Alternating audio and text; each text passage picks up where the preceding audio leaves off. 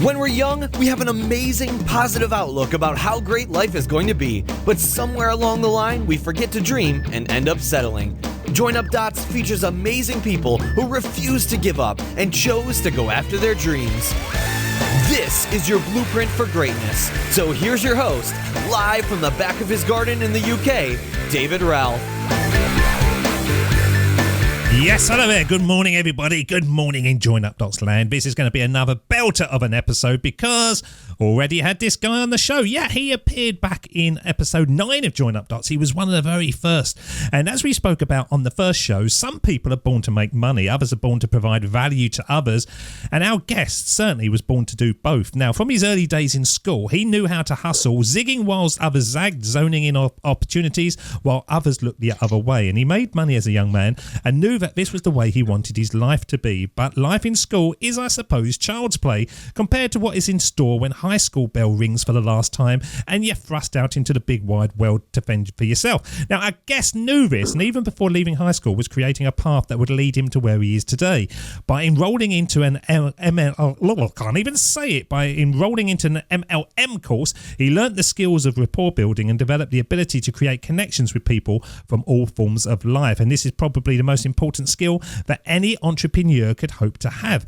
But although a huge step in the right direction, he was making very little money, so he knew he had to take a step into the unknown and accept a level of risk that he hadn't before. And this risk came when he realised that there was opportunities galore in real estate, and before long, with a huge list of tenants paying him rent from properties he owned, he was a paper millionaire. Not bad for someone only in their 20s. Now, however, the phrase "learn to expect the unexpected" could have been a very useful mantra to have, as boom time literally disappeared overnight, and in 2008, the real estate crash occurred and forced our guest into bankruptcy. Despondent, depressed and broke, he had two choices. One, to say goodbye to the good life and settle into a life of what-ifs and broken dreams, or he could fight back and restore himself to previous glories. Well, after rebuilding his millionaire net worth, he's achieved a higher-minded psychology, greater financial freedom and full awareness of the science of creating success from scratch. He now currently teaches students across the globe how to create entrepreneurship, time freedom, with his program Alpha Home Flipping, and with this incredible bounce back ability, he's put all his learnings and strategies into his second published book, Success from Scratch, Mental Strategies for Success in a Survival of the Fittest Environment, available now at Amazon and all good bookshops. So is he truly at a place now where the hustle has been replaced with fun and enjoyment, or can he never leave behind the "what if I lose it all again" mentality? And why did he feel the need to put his knowledge into words again when there are many, many such similar books sitting covered in dust on the bookshelves of the world? Well, let's find out as we bring onto the show to start joining up dots with the one and only Mr. Nick Ruiz. Good morning, Nick. How are you, mate? David, I'm beautiful, man. I really appreciate being on here, man. Thank you. You are beautiful, aren't you? Because you are. I'll be totally transparent. When we recorded our show back, and it was episode 9, I think it was the first one that I had, but I actually got excited when I was recording it. Up to that point, I was very much kind of just going through the motions, trying to find an angle, but you started getting really emotional. I got emotional. It really sort of hit, and the fires burnt, and I thought, bloody hell, this feels good. Is that how life should operate? Is it all about having that gut feeling that you just can't fight? I think so. I think it's experience. I think the more you do things, you start to get a feel. When I do things now, I agree with you. Like you start to feel the moves you're making as an entrepreneur, a businessman, whatever you want to call it.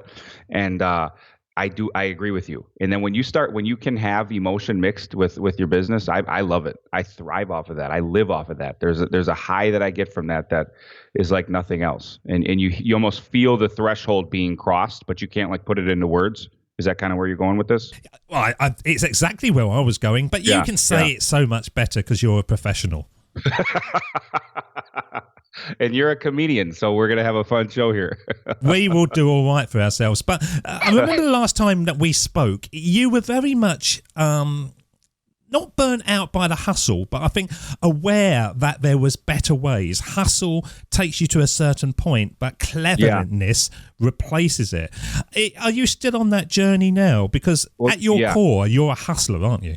Yeah. I just what I don't like is the very simple-minded, surface-based motivation that a lot of success materials, success books or success courses, whatever you want to call them, are talking about. Like motivation is very finite and it's super temporary, like so temporary. So people get hyped, it's like wake up early, hustle 18 hours a day, and then you're going to make it. Like that's not really blanket advice. Like I'm not saying don't wake up early, and I'm not saying don't wake up 18 hours a day, but it's kind of irresponsible to say if you just hustle, you're going to make it. Because I know people that have hustled, put in tons of work and gotten no results. So I'm a twice self-made entrepreneur, and once was after bankruptcy. So I figured out how to create success from nothing. That's why I wrote the book Success from Scratch here that I'm holding in my hand. And that's why I trademarked the phrase, because I've not only done it for myself multiple times, which is very rare. A lot of people can't say that. And I've helped other people do it.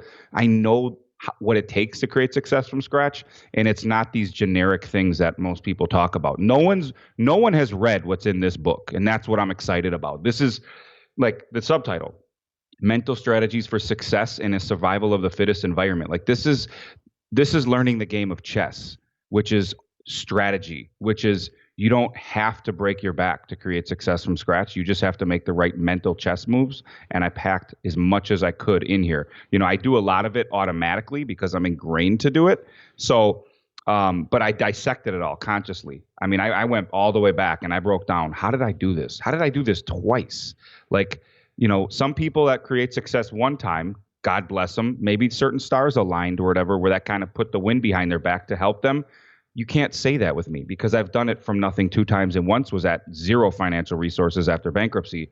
So anybody can create success. It has nothing to do with where you come from. You just have to you have to develop a higher mind. I believe my book is one of the true prerequisites to creating success from scratch. And people who haven't read it and have created success from scratch have unconsciously or consciously adopted the majority of the principles that I write about in my book. I mean, it just you haven't heard this yet. Seriously.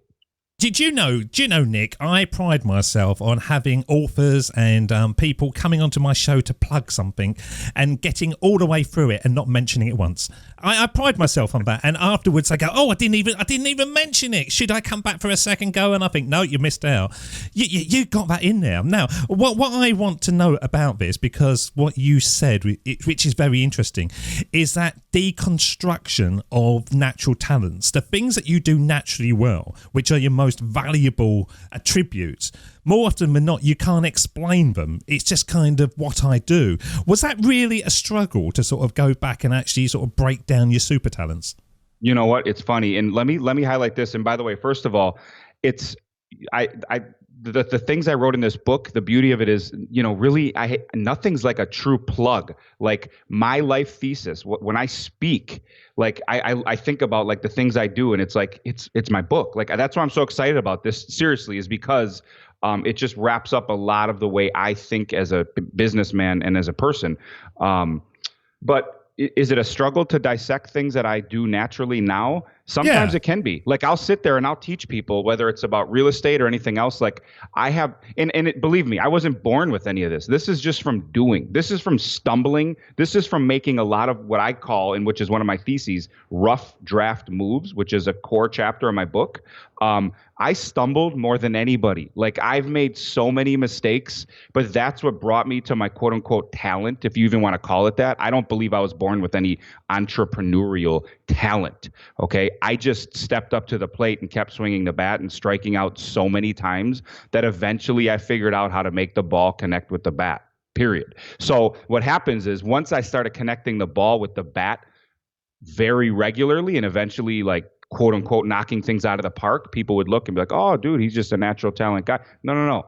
I struck out 100 times more than you, dude. That's why I'm hitting the ball. Okay. So when I go back, it's hard. Sometimes it's hard to go back in time and think in the mind of someone who's new and struggling. But I've learned how to do that now, which is great because that's allowing me to connect with my people more and teach them, how to make moves from scratch, how to flip homes from scratch using no money or credit, how to get out of that depressed and miserable psychology, which wasn't too far ago for me because of my bankruptcy. But I get people. I get the struggle. And sometimes when people are on such a high success pedestal, they have a relation barrier with the people they're talking to. And I feel like that's one of my edges because I'm right. Like, I get it. I get it. I get it. I get it. Like I get being miserable and wanting to hide and run away and not talk to anybody because you're just that miserable. I get it. No, I think that is a key point to you. You know, I've had certain people on the show that I didn't gel with at all because they'd forgotten who they were. They'd forgotten their surroundings. They were quoting telephone numbers at us. Now, an interesting guy that I had on the show, which is, you know, a well-known name, Jack Canfield, he still talks about going to school and sitting in a canteen and how it smelt of stale milk. He was ingrained in roots. He knew where he'd come from. And I think there is a big part of that, isn't there? You can't escape your roots. And if you do, you kind of detach yourself somehow and start floating around aimlessly. You see it with pop stars where they come from a housing estate and then they're suddenly in mansions, but actually they're happier to be back in that housing estate. They're not ready to go to that next step. Yeah, I think if you can't relate to just average people, I think it's problematic. I think it hurts you and it hurts the people you're trying to talk to. There's no question about it. So I think that me dissecting all the things I've done and really going back into that mindset and staying immersed in there, I think I love the fact that I get to help and teach new people how to do this because number one, I get that euphoric high every time I help them make their first deal or, you know, make money. I love that. I love walking through that with them. But more importantly, I think it keeps me on a level that I like. You know what I mean? Like I don't care who you are. Like I write about even in my book, like I don't care where you come from. I don't care. Like you have something interesting to say that I've never heard before. You've experienced things that I've never experienced before. So my ears are wide open. Like I call it the 99-1 rule in my book, which is I don't care if 99% of what you say is crazy, out there, unbelievably ridiculous. There's 1% of something I can grab. So I believe like everybody has a true unique perspective that they can share. So my ears are wide open to that. And I think that's only helped me on my journey. And is that one of the reasons that you have dipped your foot marvelously into the world of podcasting with your show? Is that ability to have those conversations, those 99-1 kind of conversations, has that excited you? I love it. In fact, that's, you know, I do have a podcast called Success from Scratch, which kind of like supplements my book. But it's more of an interactive, just conversation, very raw and off the cuff. And actually, we're expanding into just talking to audience members, like talk to me, call me up, and get on a three-way here on the podcast, and just where are you at, where are you coming from, what are you trying to do, ask me anything. And yeah, just my ears are always wide open. And I feel like, and that's another thing, and I'm not trying to plug the book every 2 seconds. I'm simply saying, like, let's talk about this, the opportunistic lens, okay? Opportunity and opportunities are all around people, crossing under their nose every day. Most people just don't speak the language of success and opportunity, so there's a language barrier. I genuinely believe this, okay?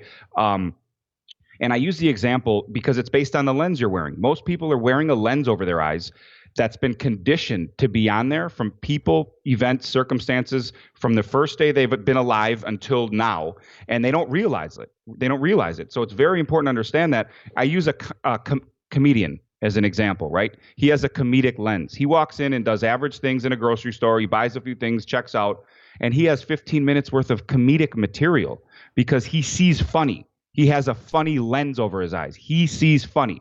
I see opportunity, okay, where most people don't, because I speak the language of opportunity. So if you think you know so-and-so's lucky or David's lucky, he has a big podcast and he's doing well, he didn't, he saw opportunity and he started learning the language of success and opportunity. And that's the way it actually works. No one was born under the perfect star. And, no one dropped podcast fairy dust on you, David, where all of a sudden you started getting listeners. Like, you put in the effort along with seeing opportunities where you can maybe connect with someone to leverage this relationship to go here or there. That it's a language. Success is a language. Now, I love the fact that you are opening it up to sort of listeners, but I think if I offered people a freeway, God knows what I'd get in return. I don't know what I would get. I'd probably get divorced if I was offering freeways to people, Nick. There you go. So you have the comedic lens too. So you have more and more comedic material here. I would be struggling. But in your show, I'm looking at your show at the moment, you've got some quite bold titles. And one of the one that's really jumped out was episode 15, which basically is F Passion. F Passion. Just well, what do you mean by that? It says passion is evolutionary. Yeah, well, here's the thing. I believe this, and it's one of the chapters in my book. Monetizing your passion is dangerous. Kind of a provocative title of a chapter, but what I mean is that's part of this success jargon that's going around right now, which is whatever you're passionate about, make a living at. Okay, I do think that's dangerous blanket advice because maybe years ago on the internet when things were a little more wide open, but just because you like I don't know, painting car windows with the dust that's on there doesn't mean you can make a living off of it or something. My point is, if people would understand their core passion, which is they want to be financially free. Like, for example, me talking to you on this podcast, this wasn't in my original, quote unquote, plan for my entrepreneurial career. Having this book, I was never planning on being an author. Okay. My passion was financial freedom, and I believe each person the success path is evolutionary, and so many people are rigid in their approach. Well, my passion is this. Your passion can evolve. So if your passion is financial freedom, step into something to get you financially free. And actually, believe it or not, here's the thing: once you're financially free, whether you're in a business you absolutely love or it's something that you kind of love, when you're financially free, your actual consciousness changes. And I don't know if you've seen that in your life, but your consciousness changes where it's almost like all these new doors are available that your current consciousness of being broke at your job and thinking about just your passion of knitting wouldn't have been able to see. And I think it's very dangerous to say, if you love knitting, you do knitting morning till night, and you're going to make a living, and you're going to start a website, and you're going to have a podcast about knitting. I think it's dangerous advice, because once you become financially free, maybe let's say you get into another business, your consciousness will evolve. 100%. I've seen it in my life. I've seen it in other people's lives. And again, if I stayed rigid in my passion and approach, I'm passionate about being an author right now. I want to write more books. This is my second book. 5 years ago, that wasn't my passion. Okay. So passion is very evolutionary along with your entire success path. And I think the rigidity of all these blanket statements that are out there right now, I'm just trying to bust a few of them and realize it doesn't have to be like that, especially because people are listening and they're like, oh, well, if that's what everyone's saying, follow my passion and I'll make a living. I think they're going to end up in some problematic roadblocks. And I just think it's dangerous blanket advice. I mean, no advice is for everybody. I look at success advice like a diet. You eat peanut butter, you go into anaphylactic shock and it'll kill you. I eat peanut butter and I'm sharp. I got protein. I got energy. I'm ready to freaking, do bench presses. And this book and my thesis is based on that, which is I show you how to walk your own evolutionary path. And I think success advice is no different than a diet for someone. Seriously.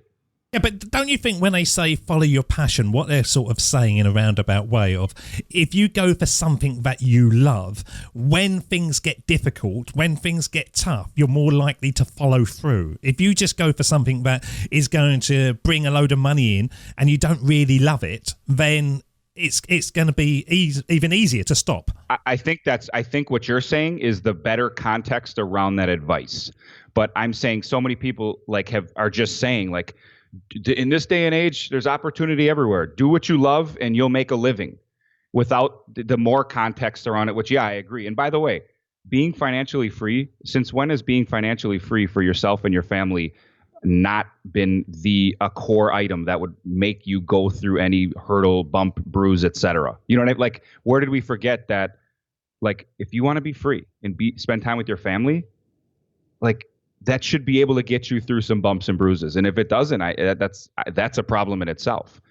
So I just think it has to be more evolutionary than just straightforward. If you love knitting, become a knitting expert and make money with it. And I think that's where I think there's just a disconnect in that actual blanket advice. But I agree with what you said.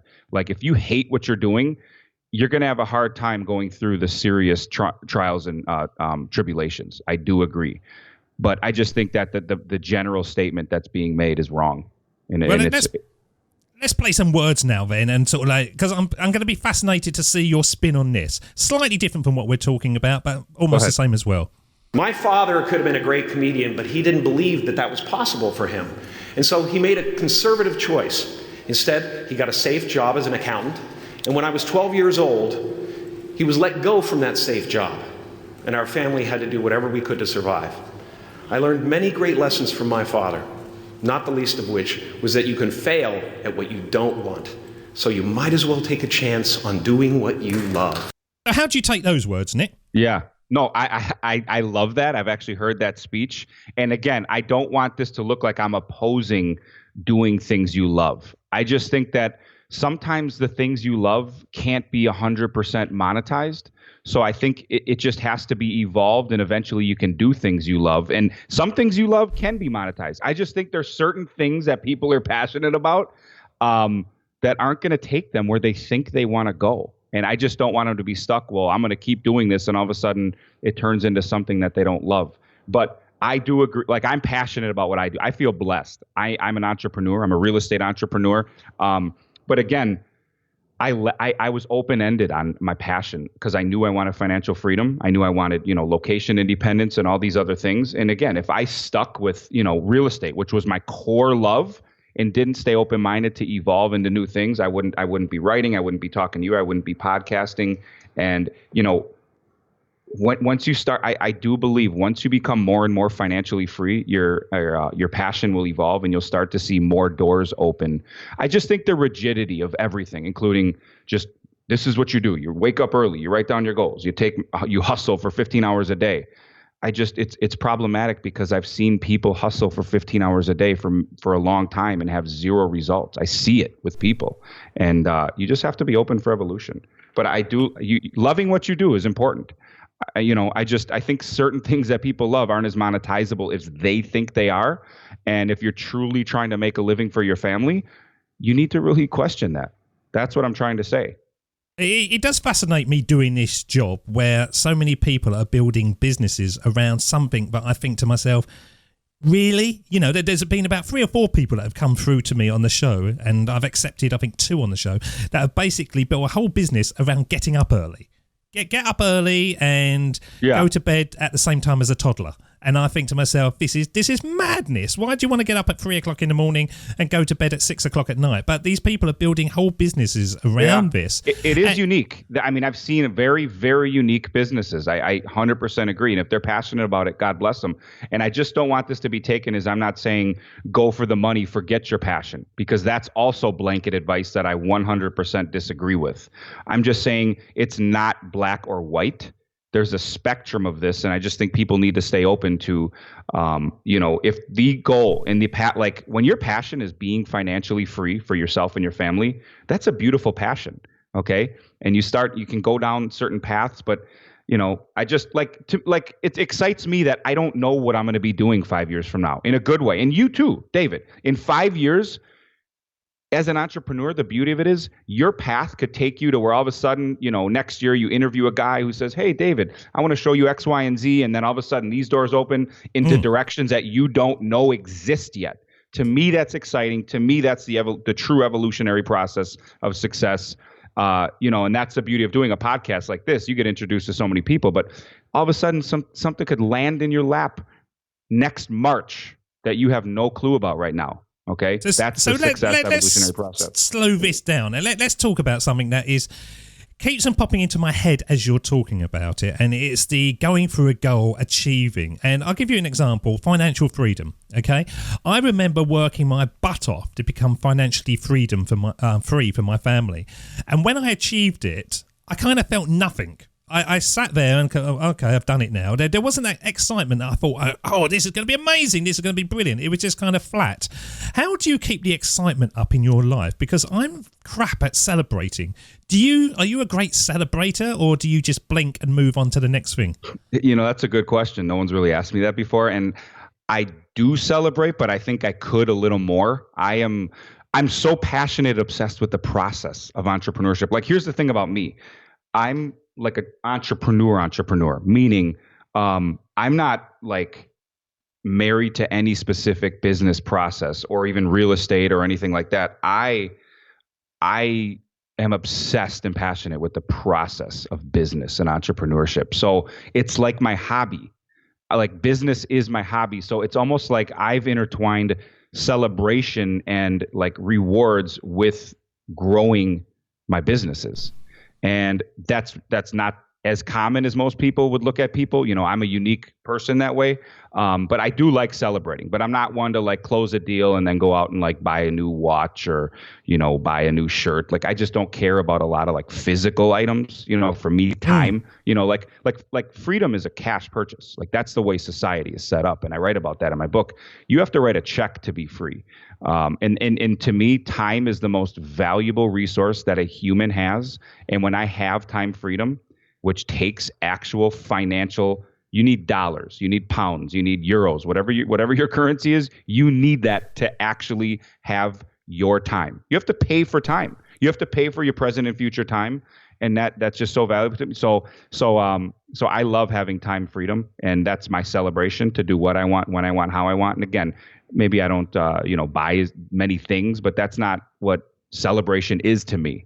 But that might be for someone. Someone might go out and buy a new Mercedes when they make a big deal or something. You know, God bless you. You know, just don't suffocate your profits if you're early on. I see a lot of people that start making money and they start suffocating their business with personal expenses quickly, and that's dangerous. Last Friday afternoon, I was sitting here. My son suddenly had a half day off, and he's 15, and so we went and saw Spider-Man Homecoming, and I sat there in this half-empty cinema with a couple of old people sitting at the front, and he had a Coke and I had a Coke, and as I was watching it, I was thinking, this is amazing. This is amazing. You know, the film wasn't very good, but it's just the fact that I could just go, yeah, come on, we'll go off and do it. And that, to me, is the greatest success that I will ever have. The ability to control my time, even if it's going to the movies and seeing a half-dodgy film in the afternoon. I cannot agree with you more on what you just said. What you just described is what I'm trying to get through to people. Like that is true freedom. And bottom line, whether you had to write a check to be able to do that. Cash made you be able to do that. Because either there's two things you could have been doing that afternoon, which is having to work to produce a paycheck on Friday and not be with your kid, or you've established financial independence, which you have, to enable you to do that with your kid. Like, and as you do it more and more, it's hard to not take for granted. I mean, I've been financially free for a long time now, but the bottom line is, to me, there's nothing more valuable than that kind of time. Nothing. There's no Mercedes. There's no mansion. There's no, tropical vacation. Well, if you're with your family, I guess, yeah. But there's no purchase that trumps that. And to me, that's my ultimate passion, is being able to wake up and do those things. Because I have 3 kids, and I'm usually the only dad on the field trips with them. You know, it's all moms or grandparents. Like you said, you're in the theater with a bunch of old people. Like, you had to write a check for that ability. You needed cash in hand to be free to do that, period. So that's why I'm so passionate about teaching financial independence, because it actually produces your time freedom, which actually is a big part of general happiness. Time is finite. You can't, no matter who you are, it's the same for everyone. But you can actually purchase your present and future time with financial independence. And that's what excites me. So when we look at your book again, as I say, I'm going up and down the iTunes chapters, and I'm looking at the strategies. Are some people not born with the mental capability to absorb these strategies? Some people aren't going to be good entrepreneurs. Some people just can't see it. They can't.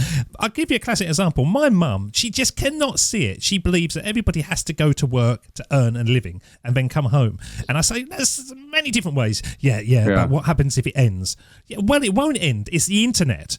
Yeah, but what happens if their customers dry up? It's abundance. And I even said to her the other day, we got onto Google Earth, and my mum's 80, and so she's blown away by Google Earth. And I went onto the satellite picture, and I pinpointed her house, and then I rolled the mouse back so it went up into space.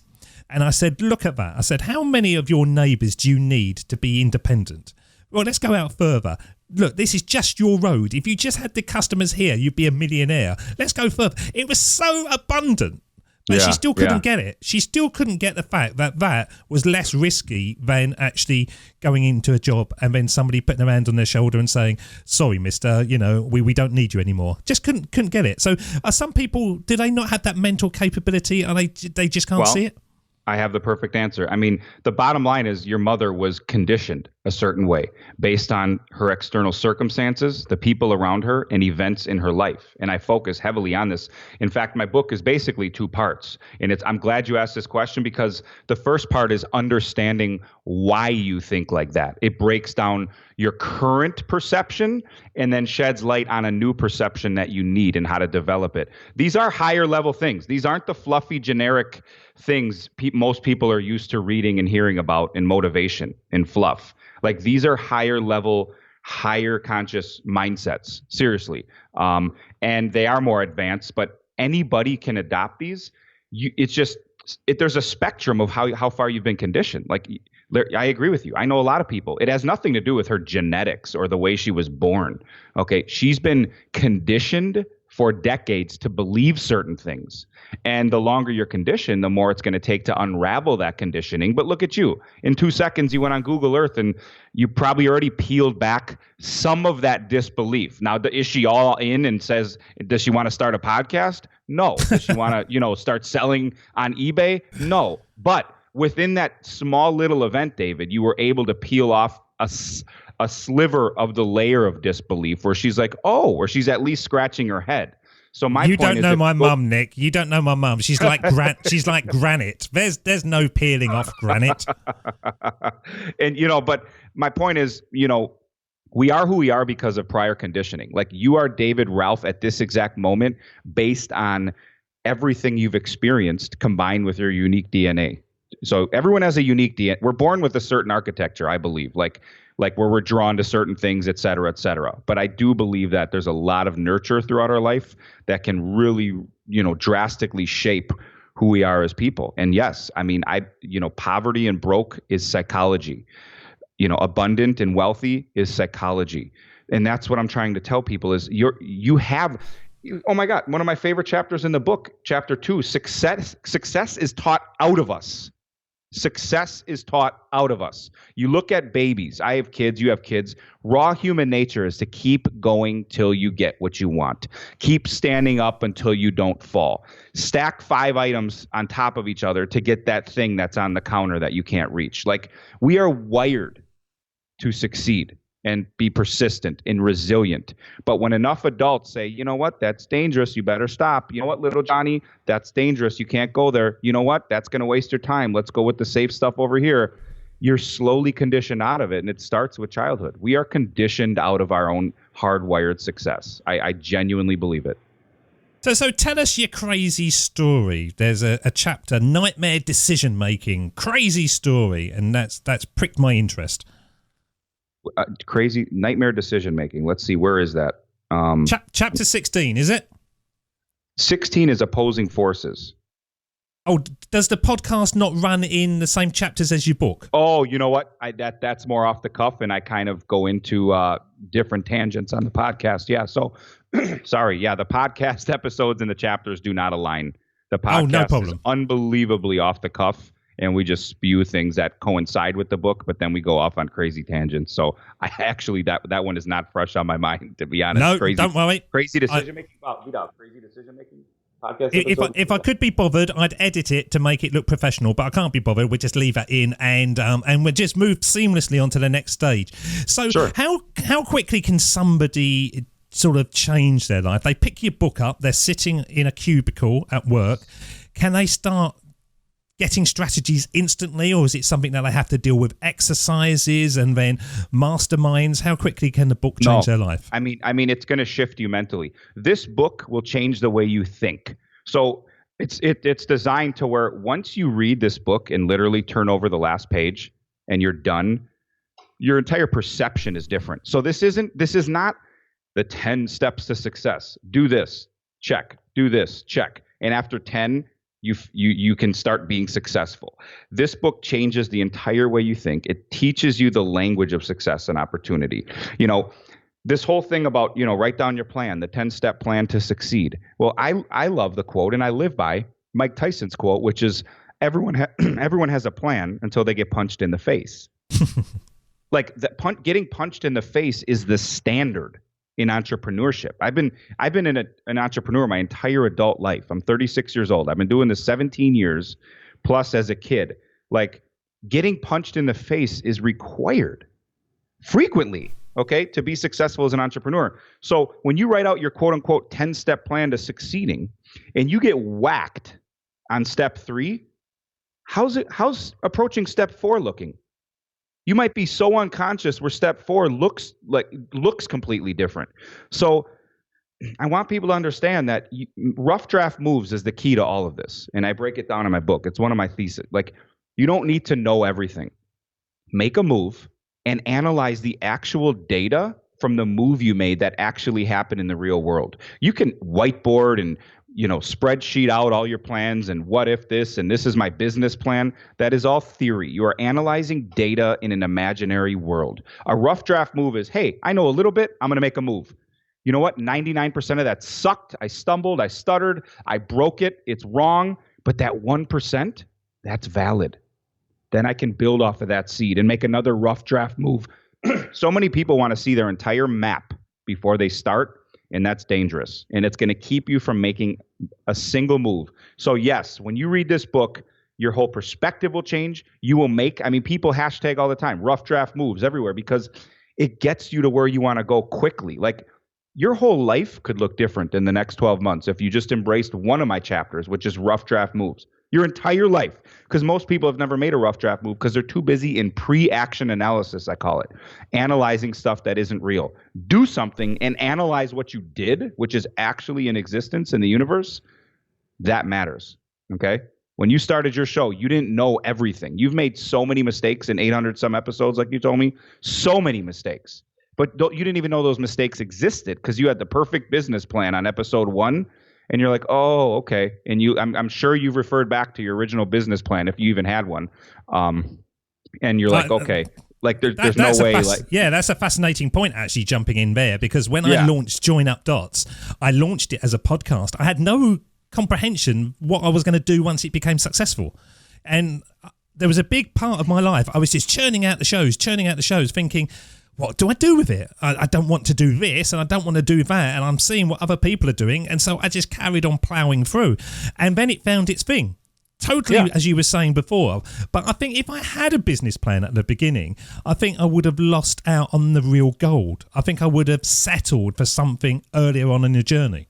Now you're talking my language, and that's exactly right. This thing evolved.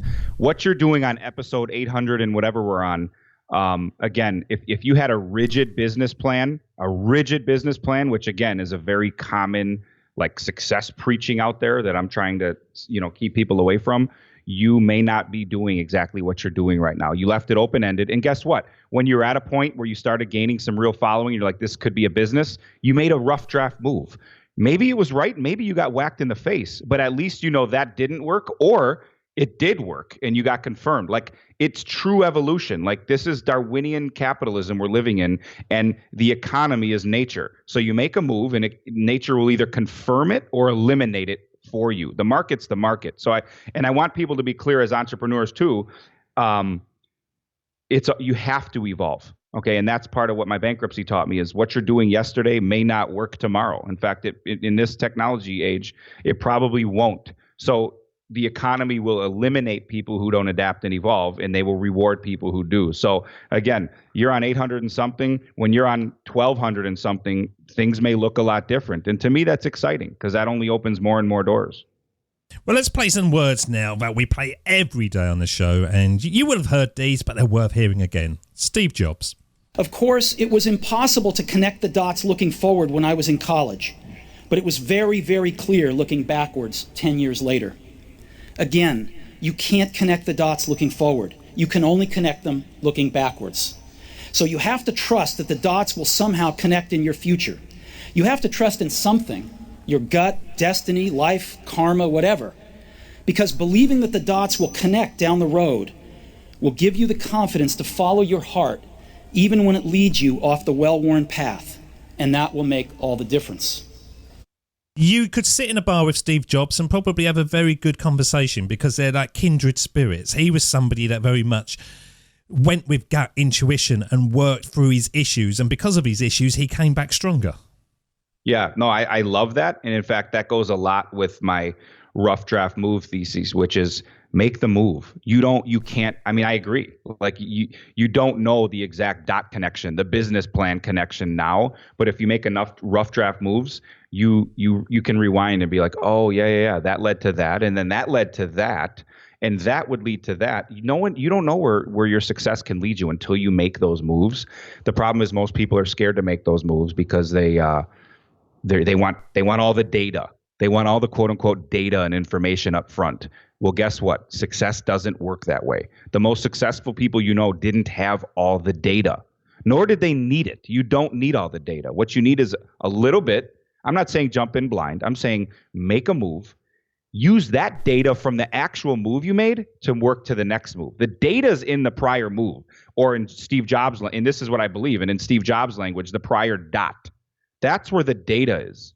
It's in the dust behind you. And then you can pick up the dust and see what worked and what didn't, and then you move to the next move. That's the data I operate on, and I believe that's why I was able to create success twice. That's why I can easily show people how to create success. That's why I wrote the book, Success from Scratch, because that's where the actual tangible and beautiful data comes from, is the moves you make. I believe it genuinely. And can you take those moves and project them into stepping stones? I'm always interested in this. We talk about joining up the dots, but can you throw the dots forward and sort of step on them quite happily? I think the more moves you make, the more you're able to project in the future. Everything I know about business is from me making moves, is from me taking so much action. So I can project when I step into new environment. When I step into environments, and this is another skill I talk about, which is reacting to new things. As an entrepreneur, I've been through thousands of circumstances, but guess what? Every day, every week, every month, whatever it is, I'm always running into new things that I haven't run into before. But because of all the moves I've made in the past, I actually can see how to navigate a brand new thing. And that's a skill set that gets developed over time. So everything I do moving forward is based on the moves I've made in the past. And some I screw up, some I don't, but I screw up a lot less because of how I've navigated so many unique situations. Navigating unique situations is a skill set. So yeah, I operate optimally in new environments because of all the moves I've made in the past and because of all the muscle memory in my mind I have. If I get hit, I know how to quickly bob and weave, even if it's something I've never seen before. I know how to bob and weave quickly. And how do you balance everything? You've got your book coming along, you've got your podcast, you've got, I imagine you're still doing alpha home flipping. How do you channel your energies so that all your clients get 100% out of you, but you're not exhausting yourself and ending up each night as a broken man? You know what? It's funny. The amount of things I have going on right now on my plate are unbelievably substantial. Like, it's actually like scary how if I actually like listed everything that's in the fire, it's unreal. But honestly, it's because of how I strategize. I'm a chess player, and I just want to teach people, like, play chess. Most people are running around like pawns trying to, slowly slice away at all someone else's pieces. And when you play chess, you move on a higher level. Like, it's okay. You talk about Google Earth. The reason I'm able to do so many things, David, is because I'm zoomed out. And then I dive in micro. And I talk about this, I think, in one of my podcast episodes. But people say, someone asked me, Nick, are you more of the macro guy or are you more of the micro guy, micromanage? And you know what? I try to remain macro and be the string puller, the chess player. But there's no like one or the other. It's not a binary decision. I will zoom in and dive deep micro to do some quick surgery, and then I slowly migrate back into macro. So I have tons of things going on right now because I stay macro, and I'm the chess player. Like I talk about this. It's very important to zoom out. But also don't think you're such a big shot where you never have to go micro, because that's where your business will get destroyed. So I dive in micro where need be, and then I try to remain macro. And then when I see a micro, I dive in, do the surgery, and zoom back out macro. And that's what allows me to have I mean, if I had to count how many like deals and just operations I have, it's probably like 17 or 18 things in the fire right now. Some of them are very substantial, large things too. But again, I try to remain macro and have all my pieces in place. But I'm not scared to go micro when the time comes, and that's important. And that takes time. Again, it's you practice this and you slowly get better and better. But that's how I'm able to do almost. I'm not going to say infinite things, but to do a lot. You got to play chess. You've got to play chess so that you can end up watching Spider-Man in an afternoon. A chess player has that ability, and yet that's what you do. That's what you've done as well. Yes, if you want to watch Spider-Man at 2 p.m. with your kid at the movie theater with all the old people, you need to be a chess player. Period. It doesn't get any better, people. It really doesn't. You sit there on a Thursday afternoon or Friday afternoon, and you haven't got a boss.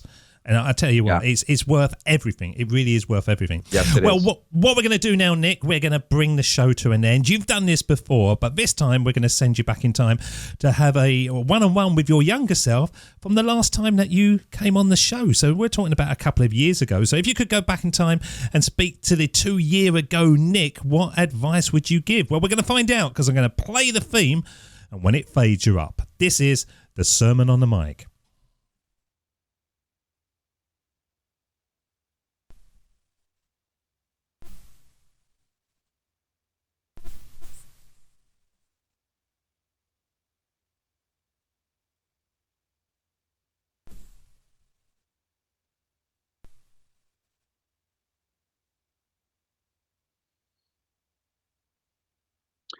Yeah, well, I would tell my younger self, even a couple years ago, like we're going back to make more rough draft moves. It is my thesis. I wrote this chapter. I talk about this for myself as well. Like I look at all the drastic things I've done in the last few years, and they're based on certain rough draft moves. All I can say is make more of them. I still get caught up. Everyone gets caught up in over analyzing and getting into pre-action analysis when it's the post-action that matters. Every time I've stepped out and made, even just now in these last few years, I notice exponential results because I have the data and my dust. When the dust settles, I can pick up all the right pieces and throw out all the wrong ones. So I'm obsessed with rough draft moves, and I think that would have brought even more success at a faster rate. It's unbelievable. So that would be my advice for me 3 years ago, because I look at what I've done and what I could have probably done more by making more rough draft moves, but it's hard to get out of that analyzation sometimes. Powerful stuff. Absolutely. So what's the number one best way that our audience can connect with you, sir? Well, they can, if you real estate entrepreneurship from scratch is alphahomeflipping.com. I would say the book has unbelievable bonuses for people who buy more than one copy. That's at successfromscratch.net. In fact, I'm scared to give away a lot of these things because it's ultra valuable. I do have a reality show, youtube.com/Nick Ruiz Entrepreneur. And it's also on facebook.com/alphahomeflipping, where I have a videographer that follows me around as I do business. So there's a lot of fakers out there that preach a lot of things and they're good at marketing, but they don't do actual business. I record myself doing business as a real entrepreneur. So you can see, number one, you can learn from it. But number two, it's proof that I don't just preach this stuff. I'm living it every single day. And you can watch it on video, unscripted and raw. I'm going to go over myself and listen to that and watch that. That sounds great. That does. So, YouTube, here I come. But Nick, thank you so much for spending time with us today, joining up those dots. And please come back again when you have even more dots to join up, because I do believe that by joining up the dots and connecting our past is the best way to build our futures. Nick, thank you so much. David, it's been fun. Great conversation. Seriously, thank you for having me. Nick Ruiz, absolute delight to have him for the second time on the show. And if you are interested in hearing more about Nick, go back to episode 9, where he delivered an absolute masterclass about building a business and overcoming the struggles and the trials and tribulations. He's really rocking and rolling, and you can hear it on the show. So absolute delight to hear from him again.